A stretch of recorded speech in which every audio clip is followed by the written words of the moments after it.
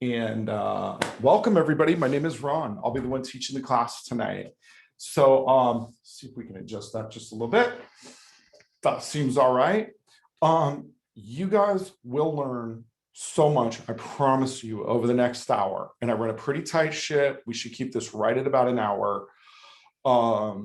There's no Thursday night football, so I'm not even sure what's on tonight, but the class has come from 31 years of my personal work and research, along with several of the top PhDs, serious people about money, not entertainers, not necessarily personalities that you might have seen on TV, but it's based around really trying to remake retirement in America.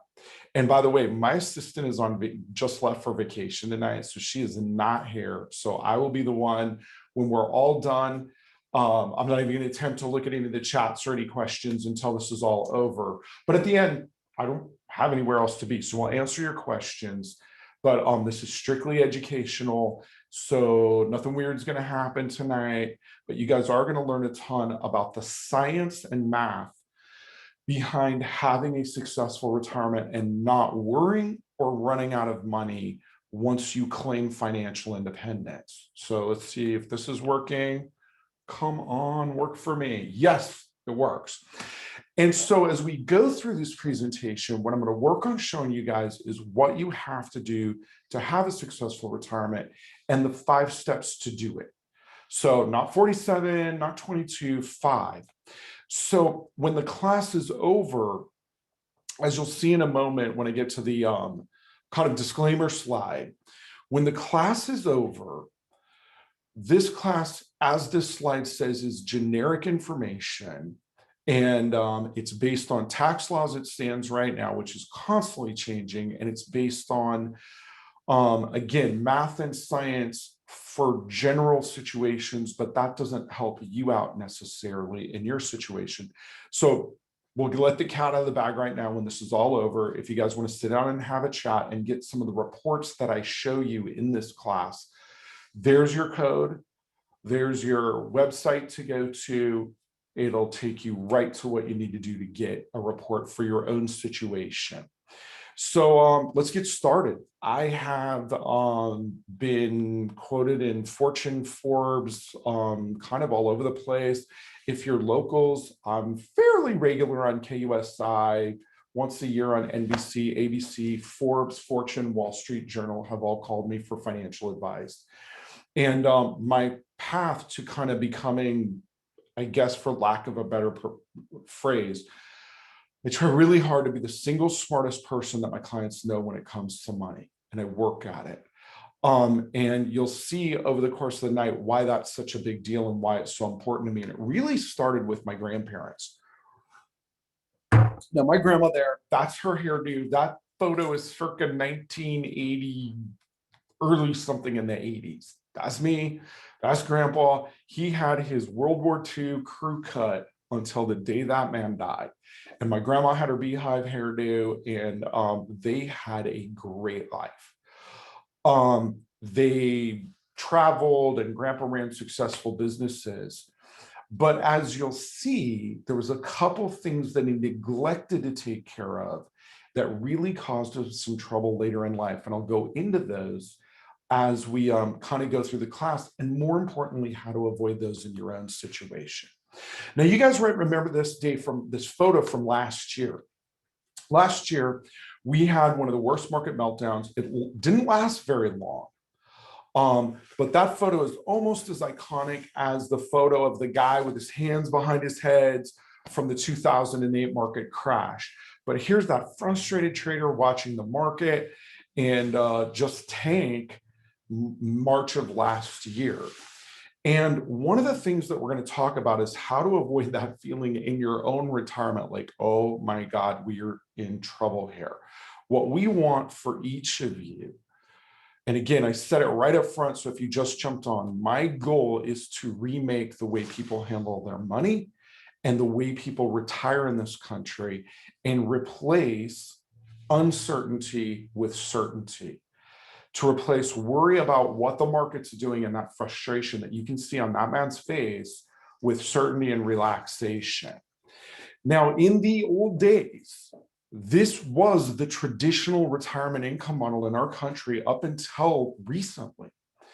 The employer that you and I would go to work for a generation ago, that we would stay with our entire lives, would provide a pension for us. And that monthly check that came in was the basis of our retirement. Social Security supplemented that. And that's literally what it's actually called. Its original name was Social Security Supplement. And then our own savings became the smallest piece of that puzzle.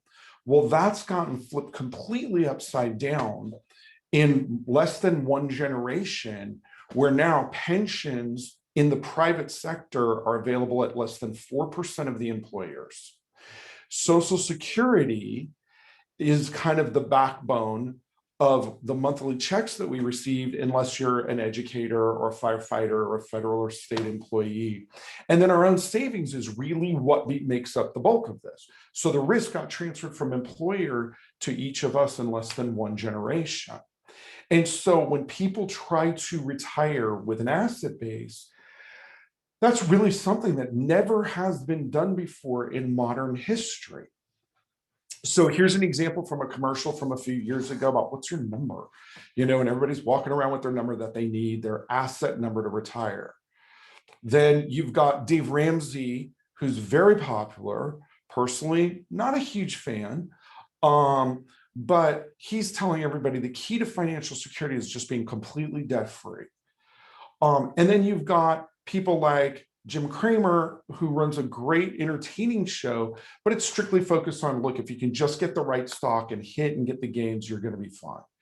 So what is the reality? Again, the serious people that study money day in, day out, economists, not TV personalities, not commercials, what do they say about money?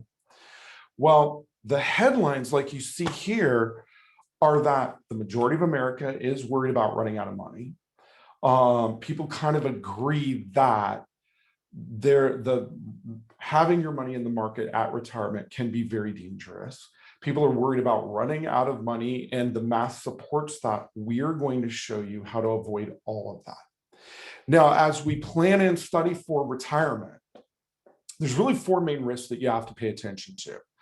There's a bunch of them, but the four biggest ones are right here: longevity, income taxes, market, and more specifically, market volatility, market losing when you need it not to lose, and inflation. Of all of these, the biggest one is longevity, because longevity multiplies all those other risks. And the way that you work around that is not necessarily having an asset plan, but it's an income plan. And I want you guys to burn that into your brains. This will save you so much heartache, is focusing on income, and income that protects you from those four key risks. And kind of what we've put together, my team and I, we call the retirement income framework. And basically it's 5 steps that anybody can take. And there's things that each of you tonight on this call can do to improve your odds of having a successful retirement and bringing certainty and removing worry to what you do. And the goal is so that you can spend it and do all the things that you told yourself you were going to do when you retired in retirement, whether it's spending time with grandkids, vacation in places you haven't been before, nice dinners, taking up hobbies. And what we're trying to avoid is you having to live what they economists call a just-in-case retirement. And what it means is you don't spend confidently, you hoard everything you've got just in case a problem comes up, or just in case the market crashes. Again, it's one thing to be retired. It's a completely different thing to be retired and relaxed and enjoying it. So here's the 5 steps we're going to go through tonight. And the first couple ones take a couple minutes longer than the other ones, but what you'll find is we're going to go through this pretty quickly. So here's what they are: identify, protect, reduce, invest, manage. That's it. So let's go through and start taking a look at what this means. When we get to identify, what it simply means is Everybody has one of these drawers at their house. We've all got the junk drawer. I've got a couple of them. You got a lighter in there, some earbuds, and a bracelet, and Tic Tacs, and all kinds of stuff, and it's just kind of shoved in there. And the way a lot of people approach their own retirement is really kind of similar to this. They got something over here and something over there, and maybe a rental property and a 401k and an old 401k. And nothing is really organized in a way to maximize the income plan. And so when you're thinking about what needs to happen in retirement, and this is a professor at Harvard, and he's a writer, Robert Merton, for the Harvard Business Review. This was his article from 2014. What he pointed out is exactly what so many of the other serious PhDs that study this, and I read their research voraciously, is that the approach to saving is all wrong. We need to think about monthly income, not net worth. So when you're planning this retirement, there's really two categories of expenses. There's the essential, what we call the mug. That's your new word for the night, by the way, mug. Not this kind of mug, but it stands for mortgage, utilities, and groceries. That's what you need your retirement income to do, right? Living indoors costs money, and it gets expensive occasionally. So we need to cover those essentials. Then we've got the discretionary things. What do I want my retirement to do? What do I want to give away? What projects do I want to learn? If COVID ever actually ends, and I'm beginning to get a little suspicious that it might not, if it ever does, where do I want to get? That's what you want your retirement to do. And let's say your numbers break down to the essential is $5,000 a month and the discretionary is $2,000 a month. The 5,000 is what we call your protected income number. It's the number that we have to floor, meaning we have to make sure that it's coming in from a guaranteed source, regardless of what the market's doing or what's going on in the real estate houses, or if you own rental property, whether your tenants are paying their rent or not. This is the number, that essential number is what we want to protect. Now, how do we go about protecting it? So Time Magazine pointed this out in 2012, where they interviewed a bunch of people that were retired. And the reporter came back and said, securing at least a base level of lifetime income, base level means covering the essentials, should be every retiree's priority, at least if they want to live happily ever after. And what's even more compelling about this is the author of Freakonomics came out after studying retirees that had income and ones that didn't. He found out that the people that had protected income actually lived longer, beyond, and protected income meaning beyond Social Security, but their base level, their mug covered, they actually lived longer. And he said, we can't tell if it's because they're less stressed out because they know they have their bills covered, or because they're like, screw it, if I've got this money coming in, I don't want to die, I want to be around to spend it. And either way, it's probably a little bit of both. Either way, this is backed by science. Now, let me give you an example of how not having protected income works in the real world. That is a picture of Death Valley. And yes, I am drinking my last espresso of the day, and it's not even decaf. YOLO. That's like, espresso is one of my favorite things on the planet. Back to work. That's Death Valley. Now, if you're driving through Death Valley and you pass a sign, you've never been before, you're having a great time, you got some friends in the car, you're blasting music, maybe you're blasting Joe Bonamassa that I was playing for you guys beforehand, you got some air conditioning going, and you're just having a great time. And you pass a sign, you don't even pay attention to it, that says next gas 100 miles. And a few minutes later, you notice you've only got less than an eighth of a tank. In fact, you're on empty. Now, what happened to the mood of your entire trip? You haven't run out of gas yet, but you realize that you're about to. The entire mood of your day changes, right? Do you roll the windows down, turn the air conditioning off, speed up and try to coast? put it at 25 miles an hour, try to coast? Do you even have cell service to try and get AAA out? I don't think they come to Death Valley. What do? You just ruin the trip because you ran out of gas.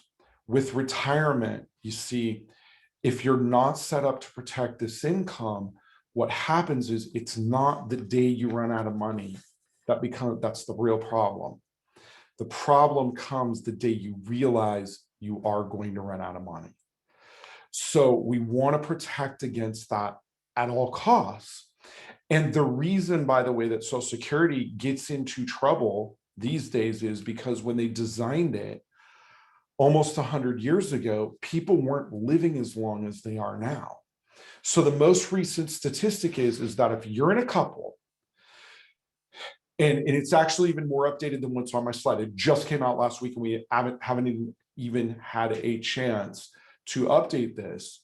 If you're in a couple, there's a 50% chance, if you both make it to 65, that one of you lives to 93. That's 28 years. And the average length is 24 to 28. And there's a 25% chance that one of you will live till 98. So part of the reason, like I said, that Social Security is in trouble is they meant to pay benefits for this long, and now they're paying them for this long and even longer. So when you are looking at putting together protected income, here's the definition.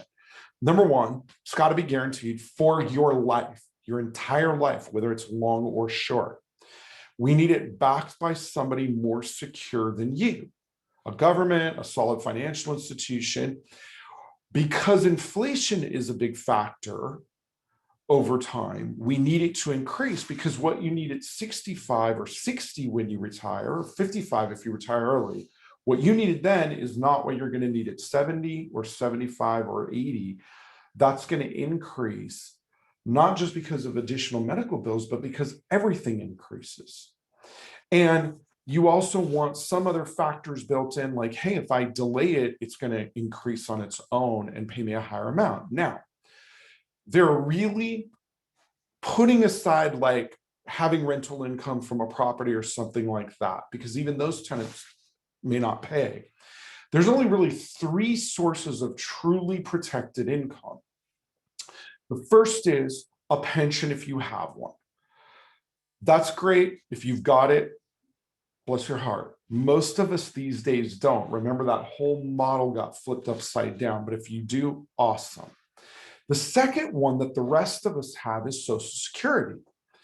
And Social Security, we'll get into in a moment. And then the third is an asset-backed pension, which you may or may not have ever heard about. Now, monthly Social Security, if we take a full retirement age of 66 and it's $2,000 a month, notice there's an extreme here. If we take it early, you can get as little as $1,500, but you'll get it 4 years earlier.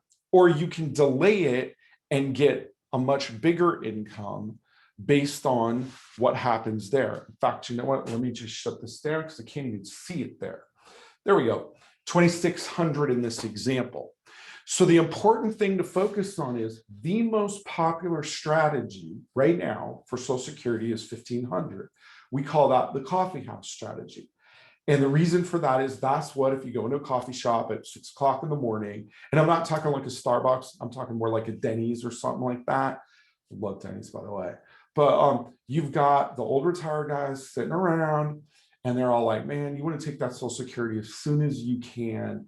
You know, they're going to run out of money. You better get yours now.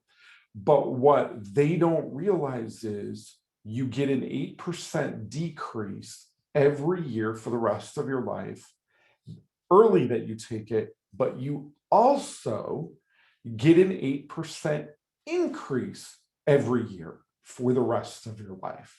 So if you can delay Social Security even just a little bit, every year you get a lifetime 8% increase. So the difference, waiting just 4 years, ends up being about $600 a month, about $8,500 a year, and that goes for the rest of your life. And if you are married and there's a discrepancy between breadwinner, like one spouse is the breadwinner and one makes a lower amount, The general rule of thumb is to try to delay the breadwinner's Social Security as long as possible because people are living longer. And yes, it has inflation protection, but this is what I wanted to show you guys. Most of us won't live till 95, although you heard the statistics a minute ago, but a lot of us are going to live till late 80s, early 90s. And the gray is if you claim it at 62 and you were to live to 95, your lifetime benefit is 8,600. But if you delay it to 70, your lifetime benefit is 1.2 million. And if you're in a couple, if the higher earning spouse delays their Social Security as long as possible, then that's the benefit if they pass away first that the spouse assumes. So again, you may not be the one living, but notice there's a $400,000 difference in there. And even if we back it off a little bit to 89 or 87 or 85, we're still coming out ahead by delaying that Social Security. And speaking of Social Security, this is right off the statement. Notice this phrase right here. Social Security benefits are not intended to be your only income source when you retire. Keyword, income source. On average, Social Security will replace about 40% of your annual pre-retirement earnings. You will need other savings, investments, pensions, or retirement accounts to live comfortably when you retire. So for this protected income, if Social Security is not going to cover your mug and you don't have a pension like most of us, where do you go? Well, now we got to look at an asset-backed pension. What is that? Real simple. It's a Social Security-like stream of income that is guaranteed to last as long as you or you and your spouse are alive from a financial institution that specializes in making guarantees. So we use insurance companies for this. And just like an insurance company can guarantee, look, if your house burns down, we will give you the money to pay it. If you run over somebody in your car, we will pay those claims. They can do the exact same thing here where they guarantee we will pay you a check as long as one of you is alive. So a lot of people are like, well, I don't like insurance, insurance sucks, but yet they like their Social Security, and that's all we're talking about. We're just buying it with our own money. So here's an example of one type of these accounts where you start it early, but then they give you a set increase every year that you don't take it, just like Social Security. Then you have other examples where they'll throw in inflation protection. So not only do you get a monthly check, you get a monthly check that increases as things get more expensive. So when you run this math, by the way, which we do in our report, side by side with market rates of return and averages and all these sorts of things, what you'll see is this removes the uncertainty of longevity from planning, which also removes the concerns about inflation, the concerns about market volatility, and the concerns about other expenses because you know you've got a check coming in every month. Now, there's a very famous guy who loves to take full page ads out that he hates these, and you should too. People get hung up on fees and people get hung up on all sorts of things. And look, not every mutual fund is great, not every one of these is great, but there are some really, really good ones where the benefits way outweigh what you give up. So again, definitely, if you're not having a pension, this is absolutely something to take a look at. Now we're two-fifths of the way through the class, but the rest of the class speeds up a lot. How are we doing on time, by the way? I'm doing great, even without the lovely and talented Miss Stephanie Manuel to keep me on track. All right, perfect. Now we talked. Step number 3 is reducing income taxes. So I want you guys to think about this for a minute. I am your banker. You are coming to me to make a loan. I have a suit and a tie, therefore I must know what I'm talking about. All right. So you want to borrow money from me. And I'm like, yeah, I'll make you guys the loan. Here you go. Here's my pen, just like the guy in the picture, right? Sign on the dotted line. And you're like, okay, and let's say I'm going to lend you $100,000. You should have two questions about that loan. What are they? Well, the first is going to be, when are you going to want me to pay you this back? And let's say I'm like, you know what? You're working, you're raising kids, don't even sweat it. Just pay me back whenever you guys retire out of those proceeds. You'd be like, sounds good. All right. The second question is what? What interest rate are you going to charge me? That's a big one, right? And what if I'm like, well, guys, I'm doing pretty good right now. Business is good, things are good. But I don't know what I'm going to need in 30 years when you guys go to pay me back. So I'll tell you what, we're just going to leave that line blank. We're going to put TBD in there.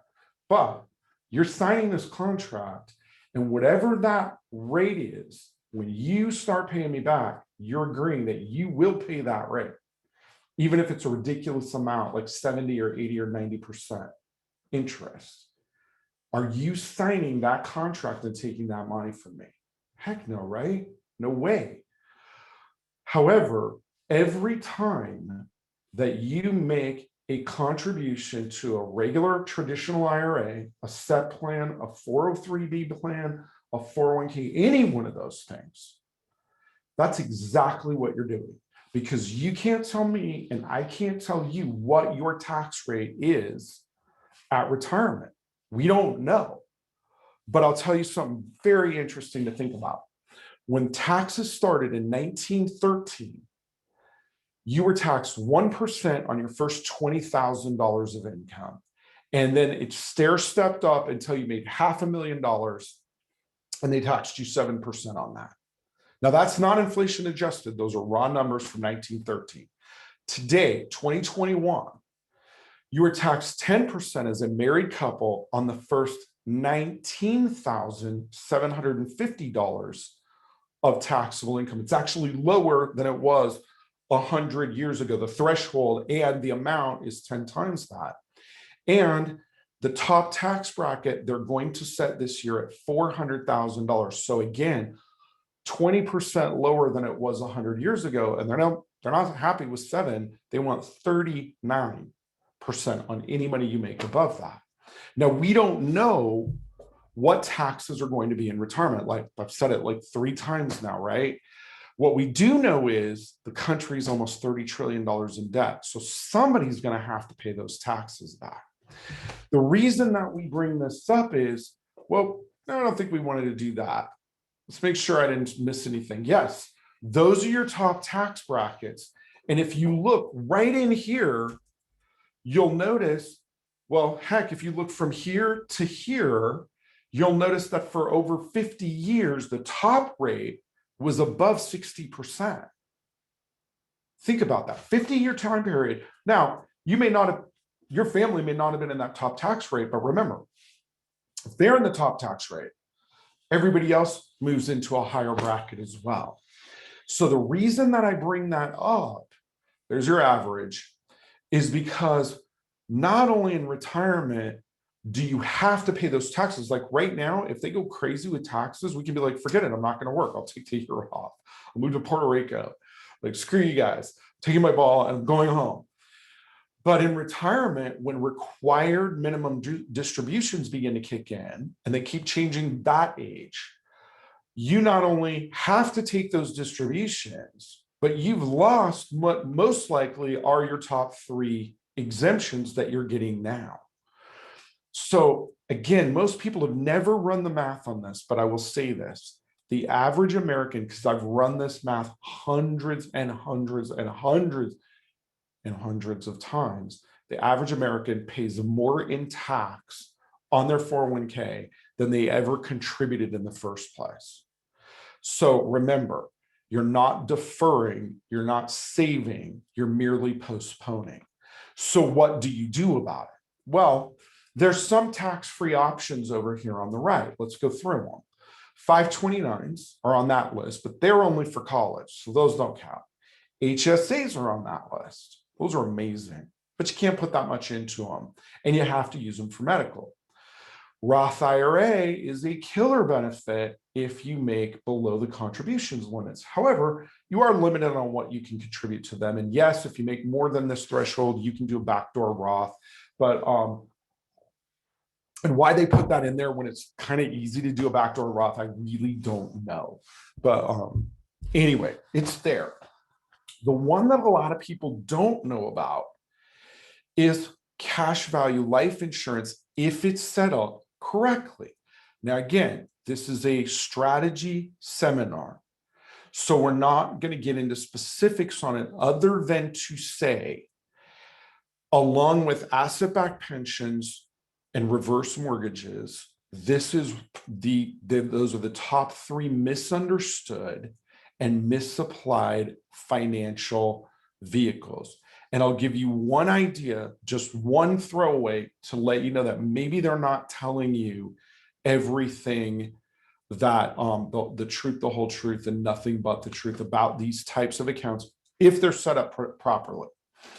Bank of America, right now, you guys all have a Bank of America. There's one on every corner. They're like Starbucks. They're everywhere. The value of every one of their branch offices and the company skyscrapers is about 10 billion, give or take, half a billion. What they own in cash value life insurance, in cash, Bank of America, the same people that you'll go in and talk to them, they'll be like, we have these lovely mutual funds, or we have these CDs that are paying 0.5%, or here's your loan. They have double in cash value life insurance. They call it BOLI, bank-owned life insurance. You can look that up just under BOLI or bank-owned life insurance, and you'll see a list of major corporations and major banks that have tons of money in here because it's tier one capital, meaning it's unassailable capital. Because insurance companies are held to much higher reserve requirements and standards than most banks are. Secondly, the money grows in a Roth IRA-like way where you get a really nice combination of tax-deferred growth, tax-free distribution, so you can set it up to pay a lifetime income, protected income, that'll go until your 120th birthday, that's tax-free, and your death benefit transfers tax-free to your heirs. Now, remember, 401ks, they just changed the rules on how those get transferred to non-spouse beneficiaries. And now your kids or grandkids or nieces and nephews, whoever you leave that to that isn't a spouse, has 10 years to pull all that money out. And they're often required to do it when they're at the top of their earning power. So it goes right on top and they pay the maximum tax on it. So again, what I'm trying to do is open your eyes to what PhDs and money scientists, if you will, and economists are pointing out that are smart, efficient ways to make sure that you don't run out of money in retirement, that you don't give it all away in taxes, that you don't have to stress about inflation. Now, if you're wondering why have I never heard of this before? Well, here's kind of a simple explanation. If we divided the country into the top 25% of income earners and the bottom 75% earners, and you wrote books or had a TV show, and ratings or book sales or everything, who are you going to write those books for? 75% of America or 25% of America? Well, if you're good at math, you're going to do it for the 75%. And that's who the Susie Ormans and the Dave Ramseys and the David Box and those guys write for. The 25%, not as many books for them. They have advisors that guide them through this. But here's the number that'll blow your mind. The top 25% is responsible for 86% of the taxes that America collects. And that's why I occasionally get cranky when, some idiot politician is like, well, these tax credits don't really help the poor. People that make the bottom half of America pays 3% of all the income taxes. So it's like, you're pandering, I get it, but it's kind of disingenuous that you're comparing this to families that really don't pay any significant taxes. The top 25% are paying the majority. The upper middle class are paying the rest of it. Here's the number that'll blow your mind. What do you think it takes to be in the top 25% of income earners nationwide? 100 grand, 150, 200. Guys, ready for this? 83,682 as of last year, and you are now in the top 25% of income earners. You are now, them, not us, and you are responsible for that tax burden. So reducing taxes, by the way, real estate is a great way to reduce taxes because of depreciation, owning a small business. There's lots more that we could focus on. And again, in my office, we don't just talk about this stuff. We talk about taxes. We talk about tax strategies and running a business. But tonight, we've only got an hour. I got 25 minutes left to go of it. And I just wanted to show you the basics to open your eyes to what is out there. Now, you might think, well, gee, he was talking about asset-backed pensions and he was talking about, cash value life insurance. He must hate the market. Absolutely wrong, wrong, wrong. Love the market, just not as my sole source of income. So we totally recommend that whatever's done, once we've secured and floored that income and got your mug covered in retirement, then heck yeah, the rest goes into the market for getting hopefully a market or above returns. But the sad truth of the matter is that Dalbar runs an analysis of investor behavior every year. This is just, they haven't done their 2020 numbers yet, I don't think. So this is like 1 year old. And what they sat down and figured is, you know what, over a 30-year window, the S&P has averaged exactly 10% as of the end of 2018. However, the average investor got more like 4.1%. Now, part of it is fees because on an index, there's no fees associated, And to have, somebody like handle your money, they want to get paid, they got kids, they want to eat. So fees aren't evil or bad as long as they're reasonable. But the real reason, the real discrepancy is not the fees, although it's a factor, it's this. The emotional part of managing your money in the stock market. Because the market doesn't go point A to point B in a straight line, right? We're like it's coming down right now. How long will it go down for? Nobody knows. However, I will tell you this, market fundamentals are still solid. You may not think so, but here's the thing. There's nowhere better to put your money right now outside of some of these alternative vehicles because treasuries are so low, bonds are so low. The real estate market is kind of uncertain. So a lot of people are continuing to put money into the stock market. So there's nothing to indicate that the market is headed for a protracted downturn. Does anybody know? No, and I don't have my crystal ball either. But here's what gets people in trouble is they tend to buy at or near the market highs and then turn around and sell as it's on their way down, buy again as it starts to recover, sell. So they miss out on a lot of those gains because they're never really sure when the time is. And if for no other reason, stop and think about this. It speaks to two things. One is, this is why you need to protect your income so that in retirement, you don't have to go through this cycle. This is also why, even if you're 25 years old watching this video, you should never have all of your money in the market at one time. And it also speaks to maybe having a financial coach or advisor, someone that can be like, look, here's what the market's really doing, because it's the emotional, it's the 2 o'clock in the morning, like, oh my God, do you know how much we lost? I'm 3/4 of a bottle of wine in, I need to sell and I can't take this anymore. Someone to kind of talk you off the ledge, explain to you what's going on. So again, this number, I'm going to come back here for a minute. That's a real number. Again, these are serious money people. They're not financial advisors. They're just analyzing the behavior. So you got to pay attention to that. Now, remember, we're always going to have up markets. We're always going to have down markets. So the real question is, the longer you live, it's not when or if or how, it's how many times are we going to have major market drops?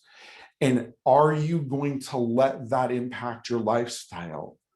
I'm hoping with what you learned tonight that you guys won't, whether you take me up on my offer to get that report or not. This is something serious that you guys need to think about. So now we've talked about step number one, identifying what you need your money to do and where you're at. Remember, we talked about discretionary income and then that protected number. We talked about ways of protecting that number. We talked about reducing your income taxes every way you can legally. By the way, what's the difference between tax avoidance and tax evasion? About 5 years in a federal prison. Tax avoidance, whoa. Tax avoidance is perfectly legal. And that's using the law to your advantage. Sorry about that, guys. That's what Warren Buffett does. And that's why he goes on TV and is like, look, I pay less than my secretary does as a percent of my income. So being savvy like that, totally legal. Hiding income, doing stuff like that, that makes him a little cranky. So remember, we want to do that every way we can. And of course, we want to have money in the market. We just want to be smarter and better at it than the average investor who's in and out at the wrong times. Now, managing is simply kind of fun. Life changes. So weddings come and go, people get sick, people graduate college, people start businesses. And that's why, regardless of what you're doing, you need to sit down and have a formal review. Whether if you're your advisor, you do it yourself. We do it twice a year in our office because we're like, look, things move that fast. And but it's really important to manage. And as tax laws change or life changes, you want to be on top of that. It's way easier to be in front of that than behind it. All right, I'm going to show you 3 brief case studies, and we might even get out early tonight. But here's kind of what we talked about, right? The model is broken because it got flipped upside down. Really, this took place in the 70s when the IRA and the 401k were invented, and then people began putting money into defined contribution accounts, your own account. And no one's ever really, it was only in the last 5 years that those people started retiring. So we really haven't even seen the full impact of that yet. And the way that you have a successful and worry-free retirement is having an income plan so that your money lasts as long as you do, no matter how long that is, by protecting that income and protecting yourself against the 4 big risks: longevity, market volatility, taxes, and inflation. So here's kind of a cute analogy my team came up with. If you were going to get in an airplane and you were going to fly from here to Boston, right? So San Diego, you're going to take off at Lindbergh Field, or if you guys are on this from Orange County, you're taking off out of John Wayne. And right as the things are getting going, the captain gets on the thing and goes, ladies and gentlemen, I got to warn you guys, we got some really bad weather and having a problem with the number 2 engine.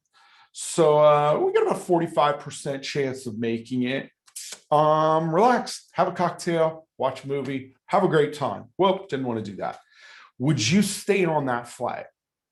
Oh, heck no, right? Would you want that information before they shut the cabin door or after they shut the cabin door? Before, right? I once had a flight out of Phoenix. I was going for a business trip in Cancun, and like one thing went wrong. Like they backed the airplane into the jetway, which punctured the skin. So then it was a moving violation. We all had to stay on the airplane until the National Travel Safety Bureau got there. The pilots were busted. They were like on lockdown. So they had to get us another airplane, another crew. And I mean, then the one plane was out of gas. It was just a mess. And right as we're taking off, the lady sitting next to me goes, I wonder if that hurricane is going to hit Cancun after all. I'm like, wait, what hurricane are we talking about? It's like, oh, there's a hurricane heading right for it. I'm like, are you kidding me? I was sitting on this plane and, like God's been trying to tell me to get off this plane like 5 different ways. I'm like, nope, I'm going to keep going. We had a great time in Cancun, but it was a hurricane the entire time. It did not stop raining once, except right when the eye went over, and our hotel was high enough ground that we didn't have to shelter. My point in all this is, I really would have liked to have known that before they shut the door. Now, what does that have to do with retirement and this report that I showed you guys right up front? Well, the report shows you the likelihood that you're going to make it to your destination, which is through your life expectancy, with or without running out of money. So it's going to give you all these fancy things, but let me just show you how it works. I'll walk you through in detail this example, and then I'll just show you the summary of the other two. So we work with families of every age and every situation. Like I said, I work really hard to know more about money than anybody else I run into. So we work with families that are really young. We work with families that are, 10, 12 years away from retirement, and we work with families that are in retirement. We work with families that make a lot of money, little money, own businesses, own real estate, all over the place. But these examples, we try to keep pretty simple, and these are real clients. We just rounded numbers to make everybody's life easy. So here's an example of a couple. They're making 150. They want the exact same standard of living they have now. And since they're contributing $30,000 a year to their retirement, that means they want $120,000 a year, and they want that 120 adjusted for inflation. All right. Now, they didn't really know they wanted that. We beat them and we're like, no, you have to have that.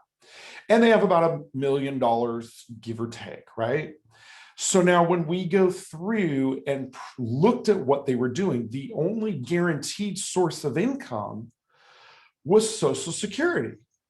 So all right, we need to get one of them asset-backed pensions that I was telling you guys about. Now, we don't need to take all the money. All we got to do is floor the expenses. So $300,000 of the million, 30%, got it done. So that was chess move number one. Count how many there are, by the way. Chess move number two was all their money was in taxable accounts or tax deferred accounts, no tax-free accounts. So we said, okay, let's take for the next 10 years until you retire, let's take that 30,000, stop postponing paying taxes on it. And in 10 years, we can create a really nice tax-free income stream. And by the way, you can have access to some of this money during the 10 years if you need it, unlike your 401ks and other stuff where you can't. So that's it. By the way, we're done. Those were our two chess moves. 1, 2. That's it. We're like, you like what you're doing with the rest of the money? Oh, it's okay. Like, all right, we might be able to do a little better with it. But the main chess moves were 1 and 2. That's it. Watch what happened. The befores on the left, before we got involved, they had a 41% probability that their money would last through age 85 and a 26% chance that that money would last adjusted for inflation through age 95. Again, when do you want to know this? Before you retire, before the airplane takes off, you want to know where you're at. And in the most likely scenario out of 1,000 that we ran, the kind of midpoint, they had about 800,000 left over in kind of like the ideal situation. Those two chess moves bumped that probability to 95% success ratio. And if they lived another 10 years, it was still 95% that they would never have to take a pay cut, never have to do anything, not mess with their home equity, none of it. And in the most likely scenario, they ended up with about $3.3 million as legacy generational wealth money. Again, two chess moves. And the reason this was such a big deal is if you look at this second line from the bottom here, it's because their protected number went from 22% with just Social Security to 82%, including a chunk of that being tax-free with the asset-backed pension and the life plan. That's it. We left everything else alone. Actually, we didn't. We moved one or two of the other things, but we could have, and these numbers wouldn't have changed. So that's the power of looking at your situation while there's still time, making a couple chess moves, and then going back about your life and knowing we're good. We're good. The number and the math and the science prove it. Now, Does that mean if you're right about to retire, you should be worried? No, this is another family that was in the retirement red zone, we call it, which is right before retirement. And they had an even worse situation than the first couple. Did I skip their main page here? Nope, that's it. All right, I thought I had a slide in here kind of explaining their situation. But basically what it was another couple where they only had 21% of their money protected, and their most likely number at retirement when they passed away was nothing. So they were in bad shape. And they didn't have quite the assets that the other couple had. Again, couple chess moves, nothing major. We got that probability up to 96% because we went from 45% protected income to 75%. And while we didn't have millions like we did in the other example, we went from having nothing, most likely, to a few $100,000. So again, minor moves, huge improvement. And then finally, our last case was a widow who's already retired, but her big concern was, I want to leave a legacy for my grandkids. And so again, her protected income number was 49%. That's how much of what she needed was coming in every month. And we had a 50-50. It was a crapshoot whether she was going to outlive her money or not. But notice right here, if she lived a few extra years, that number fell off dramatically. Couple chess moves, we're back up in the 90s. And by the way, notice she was at 96. And if she lived 10 more years, because of that protected income and the inflation hedges, her probability would go up. And in this most likely scenario, we doubled her assets. Now, do we get every single one of our clients into the 90s? No.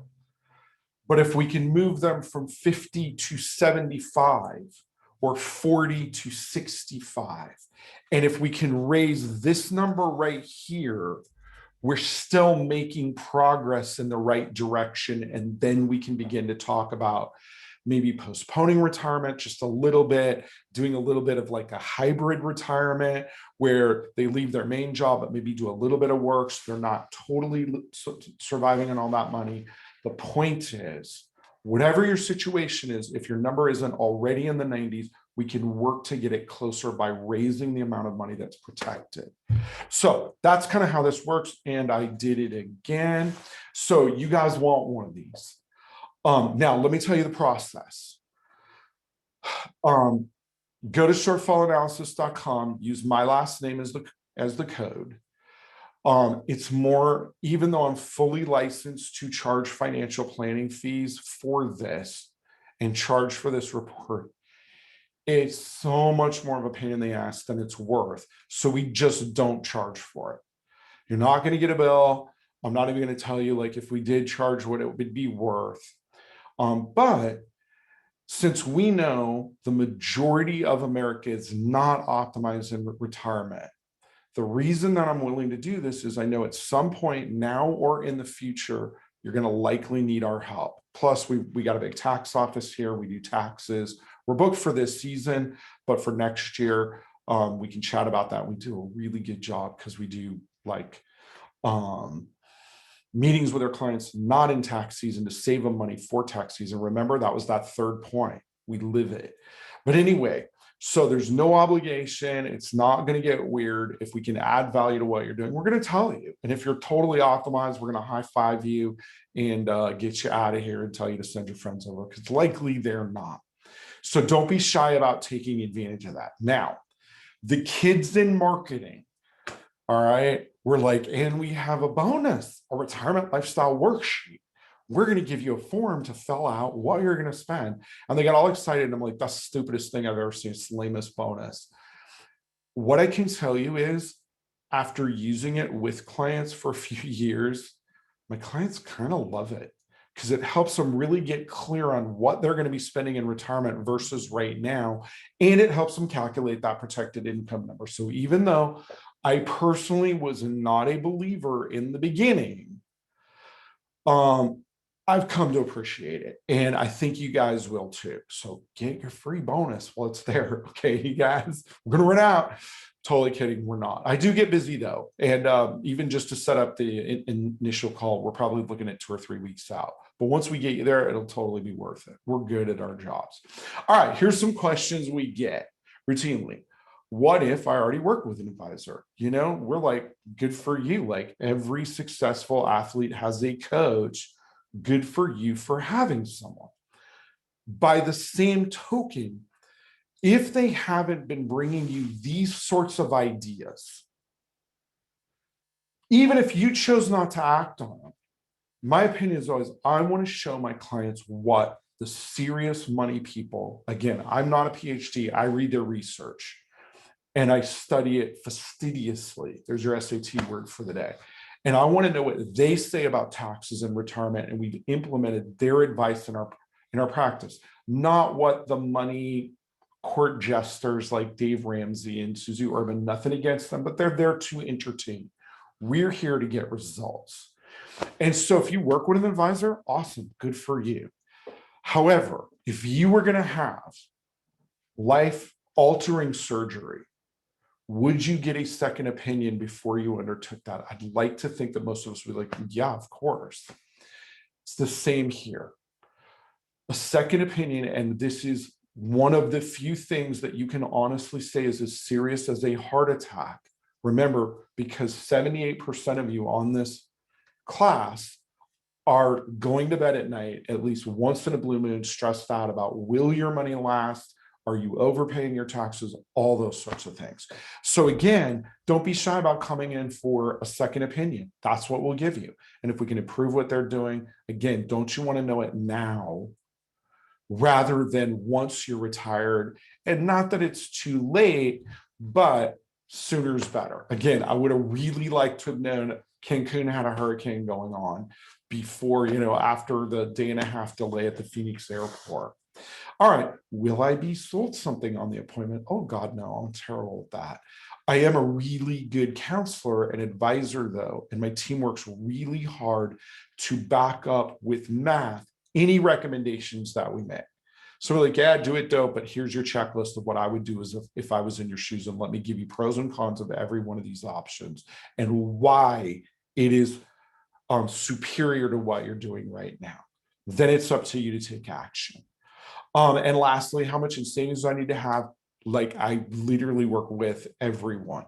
My rule is, if you're friendly, responsible, serious about your money, and if you're married, we'd like you to be happily married. If you're about to divorce your spouse, just wait a little bit, call us afterwards. We don't like having fights in the office. It gets ugly. And then I got to throw everybody out. It's just bad.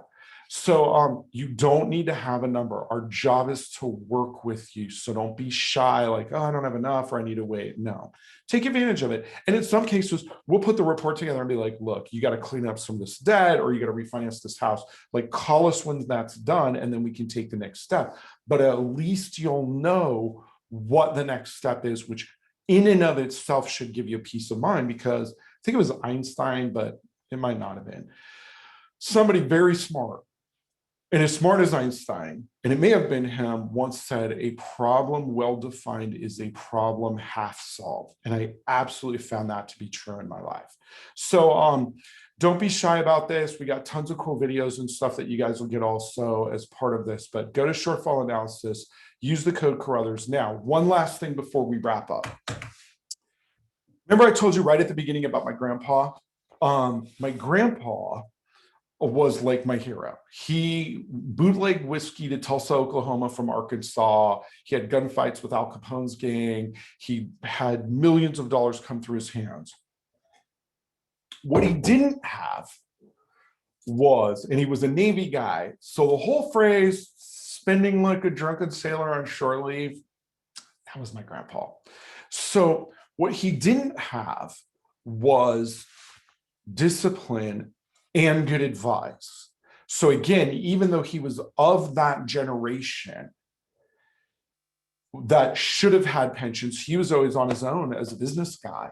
So he never had a pension. And what happened to him, where he died broke, was what I think is going to happen to a lot of people that don't take this seriously and only try to rely on their assets, particularly if all of those assets are in the market, because all it's going to take is a couple bad years in the market to really shorten down what they're doing. The picture on the left is my mom and dad. Now, my dad passed away 4 years ago.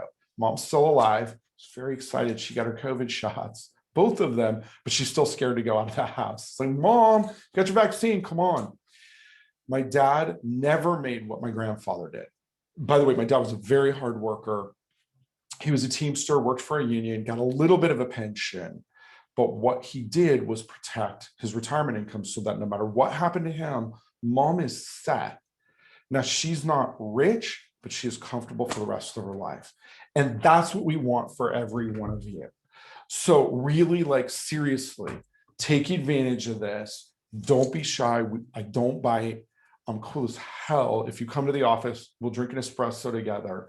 And if you're not in the area, we just do it on Zoom. It works just like a regular meeting. So the only thing is, so you're not disappointed, I put the suit and tie on just for you guys. You do not get a suit and a tie normally, but I look quite nice in it, don't I? All right, so that was your class for tonight. So I hope you guys learned a ton. If you guys want to ask a question or two, go for it. Normally, I turn it over to Stephanie. She reads them to me. I look thoughtfully into the distance. Yeah, that's not happening tonight. So, but I do want you guys to sign up for your appointments. I'm telling you, you will love it. Ricardo asks, is there such a thing as too soon to meet in your office? Absolutely not. If you focus on this, I get people on Twitter that are like, I'm in my late 20s, I haven't started and my life's over. And it's like, oh, just stop. But it's a great time because what you need to do to secure those numbers is a lot less, Ricardo, than you'll need to do 10 years from now or 15 years from now. And one of my companies is a late stage college planning company for people who didn't save enough. And so those parents are in their 40s, Ricardo, and it gets here. Every one of us older people, and I'll go, anybody over 40, you guys can jump into the chats and tell Ricardo it'll get here faster than he can imagine. So please don't put this off or you'll blink your eyes and 10 years will be gone. So no, never too soon. Michael says, great info. Thank you, sir. We try. Do I facilitate stock trades too? No. You can do that. Now we have an asset advisory service here that will turn around where you can give them money. I don't run it. I turn that over to someone else and they do an amazing job of it, like crazy good. And they actually do it with less risk, but you don't want me. When I come to the office, I meet with clients, I go over it with them, but we don't do the actual stock trades, but we can set you up with someone who can do that for you. That'll do a great job for you. So those are my questions over in the chats. Let's go over to the Q&A. Ricardo, you asked your question twice. I appreciate the diligence on that. Mia wants to know, do I recommend both an asset-backed pension and IUL? I do, depending on the situation. So again, the shortfall analysis, when we kind of look, Mia, at what's going on in your deal, we'll figure out not only what makes more sense, but what you can afford. Because Mia writes, if you can't afford both premiums, which is more important? First of all, we would never put you in a situation where you couldn't afford what you're doing. The cool thing about an asset-backed pension is it generally gets funded one time and you're done with it. You can always do another one, but you fund it, you're done. That's the end of the story. IUL, you kind of tend to fund over a period of a few years to a career. And so again, great question, but I would totally encourage you to take advantage of that because my job is to work with you to go through and help you figure out what makes the most sense for your situation. And without knowing those details, oh, you can't see my face now? What? Mia, can you see my face now? My face is, well, it's not beautiful, but it's the only one I got. And I'm a little bit chubby right now, so I gotta get that off. All right, hold on. We're gonna stop the video. We're gonna turn it back on, and hold on. Let's see. Should be showing here. So again, I really recommend that. Ilhan writes, I hope I'm saying that right. I'm someone that wants to avoid interest, giving and receiving as well. Is there a retirement path for that? Sure. We can talk about that. And there's absolutely ways to accomplish that. And my job for all of my clients is to facilitate just showing pros and cons of each move. So we can totally help with that. Marianne wants to know, are you familiar with the teacher retirement pension STRS? Yeah, absolutely. Not only did my wife work for Vista Unified for a number of years, I have clients who actually have the software on my computer where I can calculate it right on the spot. Like I have professional software that does that. So yes, I am. Very familiar with it. And by the way, if you're a teacher, that's one of the best pensions remaining. Mia sadly says you can't see my face now, but I think you can again. Brandon wants to know, how do you correctly set up a cash value life insurance?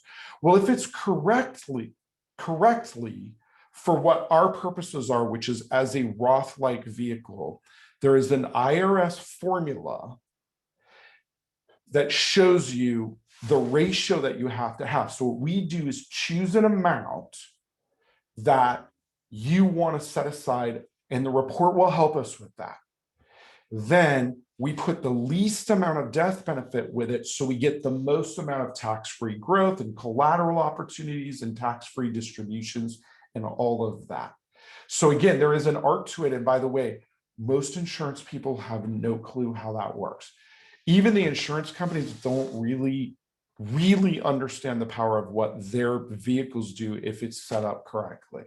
So that's a short answer. I actually do a class on that, Brandon. Just make sure you stay on our mailing list and we'll let you know when that class comes up, or book your appointment and we'll go through and we'll cover it when I'm sitting down with you one-on-one. Let's see, Terry wants to know my office. It's in Carlsbad. 5 Freeway is right there. Palomar Airport Road is right there. Flower Fields are right there. The Windmill's kind of right there too. Tip Top, the greatest restaurant in the world, is right there. So I'm in Carlsbad, right off the freeway. And yeah, and actually, if you care, you probably don't. I live in Old Carlsbad. Like my commute is one end of Carlsbad to the other, back to the other. Once in a while down in San Diego, I can occasionally meet clients down there. I have office facilities on top of Symphony Towers. But there you go. Michael says he'll be in touch. Awesome. Can't wait to chat with you. Mia is much happier now that my face is back. I can tell from the tone of her question. And Marianne, first meeting, nothing. Just your own bad self. We're going to ask some questions. Then we'll walk you through, okay, here's what happens if you're like, most of the time, I get one response. That sounds awesome. People are like genuinely, like I said, we work hard to do a good job for our clients. And so for the first meeting, just bring your own bad self and any questions. Then what we'll do is we'll be like, okay, here's what we need. Here's your secure link to get it to us. Let's book your next appointment, get it to us 3 days before, and we'll have the reports ready to go. So again, just book your appointment. Don't even worry about it. Terry says, my stomping grounds. Heck yeah, Terry. Drive by and honk and wave would you once in a while. And Faith says, what do you recommend for self-employment people? So the big change with self-employment people, oh, Mia, you can call our office. Anonymous says, thank you so much with many O's. So you're very welcome with many R's and Y's. Mia, just go to shortfallanalysis.com and use code Carruthers or info@roncarruthers. Either one works. Okay, back to you, Faith. For you, Faith, what do I recommend for self-employed people? Well, because business gets messy sometimes, can I get an amen? We do recommend that you keep more cash. And one of the things, and again, I'm not giving advice, so please, everybody listening, just understand, I'm talking to Faith right now, and we're talking in general terms. We prefer more liquid vehicles because, like I said, you never know when you're going to have a bad quarter, or you're going to be able to buy out a competitor, or buy another office. We're looking at acquiring a couple of tax firms right now. I don't run those, other people in the office do. But one thing that us as self-employed have in common is we need more money from time to time. And one of the things that is very interesting is I coined this, where we call a properly structured cash value life insurance. And it's not the only thing you should have, so please don't think I'm saying that. but I coined the term for it, an entrepreneur's Roth IRA. And the reason is, it took me, I was a CPA. Yeah, I mean, I sat for the CPA. I never sat for the CPA exam, but I went to CPA school and I went to be a CFP. And I just got busy. And actually now I'm an instructor for CPAs on how the college rules work. So they get continuing education. That's one of the things that I do. And it's for beer money. You know, I do it a few times a year. But one of the things that I noticed over the years, once I grasped the power of life insurance, and it took me years because I was never taught it. And in fact, I was taught the exact opposite. All the stuff that Dave Ramsey says about it, I used to believe. But once I understood the liquidity component of it, that unlike a traditional 401k or a traditional SEP, where yes, you can get the money, but there's penalties and rules and restrictions, and a properly structured one of those accounts does not have any of those. Now, it's not perfect, okay? So let's be clear. But we have a lot more flexibility to pull money out without asking anybody's permission, just signing your name and boom, here it goes. And without telling anybody what you're doing with it. Putting it back when you want. It's very powerful, particularly for business owners. So again, the rules, financial planning rules are solid either way. Pay the least amount in taxes, secure your future income, you know, have tax-free sources of income in retirement. But as a self-employed person, you have more ability to save on taxes now. And you generally, and I think I speak for all of us that are self-employed, we tend to have bigger cash flow needs because we don't have that steady paycheck the way, you know, a teacher has, or a police officer has, or an executive has. So that's, again, the process is the same. The financial rules are in general the same. You know, identify, secure, protect, reduce, invest, manage. But we just might go a little bit more heavy into things that you can get your hands on at a moment's notice while still earning a competitive rate of return, growing your money tax-free and all that. All right, we got two more chats. Ricardo's a San Diego local. Heck yeah, man. And Brandon says, thank you. Tons of great information. Can't wait to meet and get started. You know what? I really appreciate that. Thank you so much for telling me that. I'm actually going to highlight that and save it. I'm really appreciative. I'm glad you guys enjoyed it. And again, please take advantage of that. If you have any trouble, just, you know, like call us or shoot us an email. We'll get you in. It'll take about a week or 10 days. Once we get you in though, we've got time for you. It's just I get a little booked on the front end. And Terry also agrees that it was great. Good.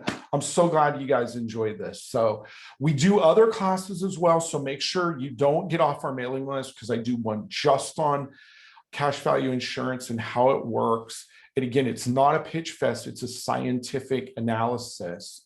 And we do another one on something. Oh, on Social Security. I do just a class on that. I do another one on I do a bunch of these. I do one on college planning. So just stick around. You guys will learn stuff. And that's it. I'm going to go home and finish up my dinner, type up my notes for the day. I don't see any more questions. And again, I'm really glad you guys enjoyed it. And Brandon, I think you are already on the mailing list. You may not get tomorrow's weekly newsletter, but you'll get it for sure next week, and we'll let you know about other classes. So as long as we have a good email for you, as long as you didn't put your email like bite me 412 at whatever, as long as we got a real email address, you'll get it. So you're all good there. Let's see. Oh, we have one more thing coming in the Q&As.